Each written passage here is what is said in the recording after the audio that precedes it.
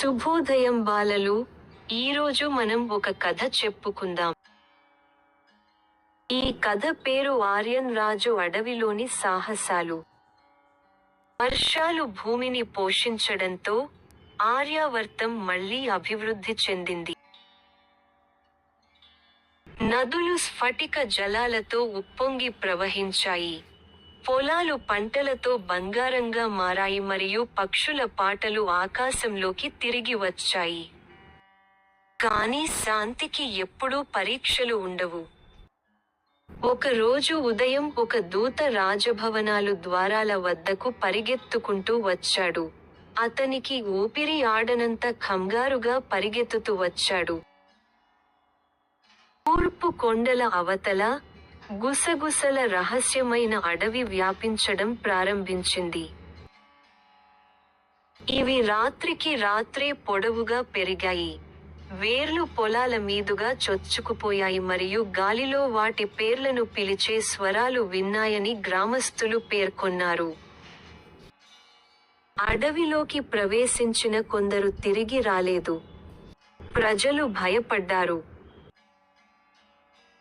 ఆర్యన్ రాజు తన మండలిని సమావేశపరిచాడు, కాని ఎవరూ ఆ వింత అడవిని వివరించలేకపోయారు. చివరికి ఆర్యన్ రాజు ఇలా ప్రకటించాడు: భయం మనలను ముందుకి నడిపించలేదు. ఈ అడవి ఒక రహస్యాన్ని దాచిపెడితే, మనం దానిని ధైర్యంగా మరియు జ్ఞానంతో ఎదుర్కోవాలి. నేనే వెళ్తాను. గ్రామస్తులు ఊపిరి పీల్చుకున్నారు. మహారాజు, ఇది చాలా ప్రమాదకరమైనది. కానీ ఆర్యన్ నవ్వాడు. రాజు విధి గోడల వెనుక దాక్కోవడం కాదు, తన ప్రజలు వెళ్ళడానికి భయపడే చోట నడవడం. మరుసటి రోజు, బంగారు ఉదయం. తెల్లవారుజాము ఆకాశంలో కాషాయ రంగులతో నిండి ఉండగా, ఆర్యన్ రాజు తన బాల్కనీ దగ్గర కూర్చుని, ఒక కప్పు వెచ్చని హెర్బల్ టీ తాగుతున్నాడు. గాలి ప్రశాంతంగా ఉంది, అయినప్పటికీ రాజ్యంలో ఒక చిన్న అశాంతి చెలరేగింది. అకస్మాత్తుగా, రాజభవన ద్వారాలు తెరుచుకున్నాయి, మరియు పాలరాయి హాలులో త్వరత్వరగా అడుగుల శబ్దం ప్రతిధ్వనించింది. ప్రయాణాలతో చిరిగిన వస్త్రాలతో ఉన్న రాజదూత రాజు ముందు మోకాళ్లపై పడిపోయాడు. నా ప్రభూ, అతను ఊపిరి పీల్చుకున్నాడు. తూర్పు కొండల అవతల, ఒక అడవి మేల్కొంది. గుసగుసలాడుతున్న అడవి. అది రాత్రిపూట పేర్లు పిలుస్తుందని గ్రామస్తులు అంటున్నారు. మరియు లోపలికి అడుగు పెట్టేవారు తిరిగి రారు. సభ ఉక్కిరిబిక్కిరి అయింది, కానీ రాజు ప్రశాంతమైన కళ్ళు స్థిరంగా ఉన్నాయి. అతను తన ప్రజల మొరలను పట్టించుకోని పాలకుడు కాదు. సున్నితంగా తల ఊపి, తన సింహాసనం నుండి లేచాడు. గుర్రాలను సిద్ధం చేయండి, మేము తెల్లవారుజామున స్వారీ చేస్తాము. మరుసటి సూర్యోదయం నాటికి, రాజు ఆర్యన్, అతని విశ్వాసపాత్రుడైన గుర్రపు వీరుడు, మరియు కొంతమంది ధైర్యవంతులైన సహచరులు తూర్పు కొండల వైపు బయలుదేరారు. ప్రయాణం చాలా దూరం, మరియు వారు సమీపించే కొద్దీ, నేలపై భయంకరమైన నిశ్శబ్దం అలుముకుంది. పక్షులు ఇక పాడటం మానేశాయి. గాలి కూడా ఊపిరి పీల్చుకోలేదు. అడవి ముందుకు కనిపించింది. దాని చెట్లు చీకటిగా ఉండి మాట్లాడుకుంటున్నాయి. వాటి ఆకులు లేత లైటు కింద వెండిలా మెరుస్తున్నాయి. గాలిలో తేలియాడే ఒక సన్నని శబ్దం, గాలిలో వినిపించినట్లుగా. మీకు వినిపిస్తుందా? సైనికుల్లో ఒకరు గుసగుసలాడారు. రాజు తన చేయి పైకెత్తి నిశ్శబ్దాన్ని సూచించాడు. నిజానికి, చెట్ల గుండా వారి చుట్టూ సన్నని గుసగుసలు వినిపించాయి. వారు షాక్ అయ్యేలా, ఆ గొంతులు ఒక్కొక్కటిగా వారి పేర్లను పిలిచాయి. వీర, అని అడవి గొణుగుతూ రాజు గుర్రాన్ని పిలిచింది. గుర్రం వణికిపోయింది.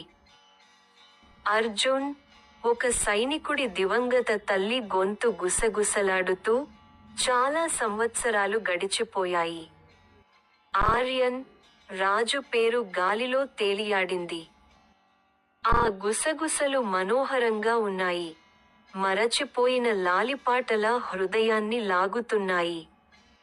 అతని మనుష్యులు వణుకుతో చెవులు పట్టుకున్నారు. కాని ఆర్యన్ రాజు నిశ్చలంగా ఉన్నాడు.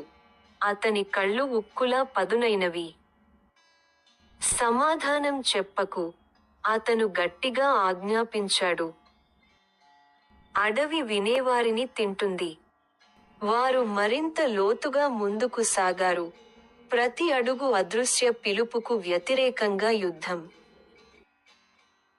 త్వరలోనే, వారు ఒక క్లియరింగ్కు చేరుకున్నారు. అక్కడ చెట్లు ఒకదానికొకటి మెలితిరిగి, ఒక పెద్ద తోరణాన్ని ఏర్పరుస్తాయి. దాని మధ్యలో ఒక నీటి మడుగు మెరుస్తోంది. అర్ధరాత్రి ఒడ్డున ఉన్నప్పటికీ మసకగా మెరుస్తోంది.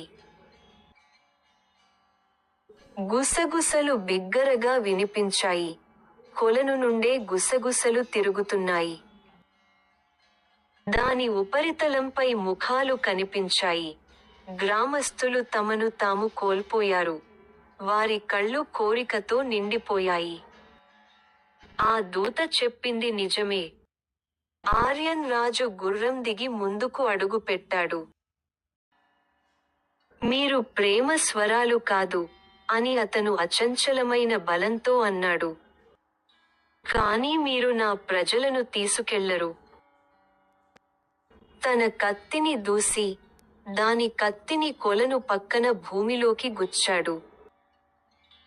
చెట్ల గుండా ఉరుములతో కూడిన ప్రతిధ్వని వినిపించింది. నేల వణికింది. మరియు కొలను మరిగే నూనెలా బుసలు కొడుతోంది. ముఖాలు అరిచాయి. వారి గుసగుసలు కేకలుగా మారాయి. తరువాత పొగమంచులో కరిగిపోయాయి. అడవి నిశ్శబ్దంగా మారింది. 2 స్తంభాల చెట్ల తోరణం నెమ్మదిగా బయటపడింది. రాజు సంకల్పంతో దాని శాపం బద్దలైంది. ఆపై, చెట్ల వెనుక నుండి, గ్రామస్థులు పొరపాటున బయటకు రావడం ప్రారంభించారు. చాలా కాలం క్రితం అదృశ్యమైన వారు, అయోమయంగా ఉన్నప్పటికీ సజీవంగా, గుసగుసల పట్టు నుండి విముక్తి పొందారు. ఆర్యన్ రాజు మనుష్యులు ఆనందంతో ఏడ్చారు. గ్రామస్థులు అతని పాదాలపై పడి, అతన్ని రక్షకుడని పిలిచారు. కాని రాజు మెల్లగా నవ్వి, ఏ రాజు కూడా తన ప్రజల కంటే గొప్పవాడు కాడు, అన్నాడు. కలిసి, మనం చీకటిని నిశ్శబ్దం చేస్తాము. తూర్పు కొండలపై తెల్లవారుజాము ఉదయించగానే, గుసగుసల అడవి మరోసారి నిశ్చలమైంది. ఇకపై భయానికి నిలయం కాదు, ధైర్యం, జ్ఞానం మరియు దయగల హృదయం యొక్క బలానికి గుర్తు. ఆ రోజు నుండి, ఆర్యన్ రాజు హృదయం స్వచ్ఛంగా ఉన్నంత వరకు, రాజ్యం ఎల్లప్పుడూ సమృద్ధిగా, పంటలతో, ఆనందంతో దీవించబడుతుందని గ్రామస్థులు విశ్వసించారు. If you enjoyed this content, don't forget to like, share and subscribe for more updates. Your support helps us create even more great videos and keeps you in the loop with all our latest content. Thanks for watching.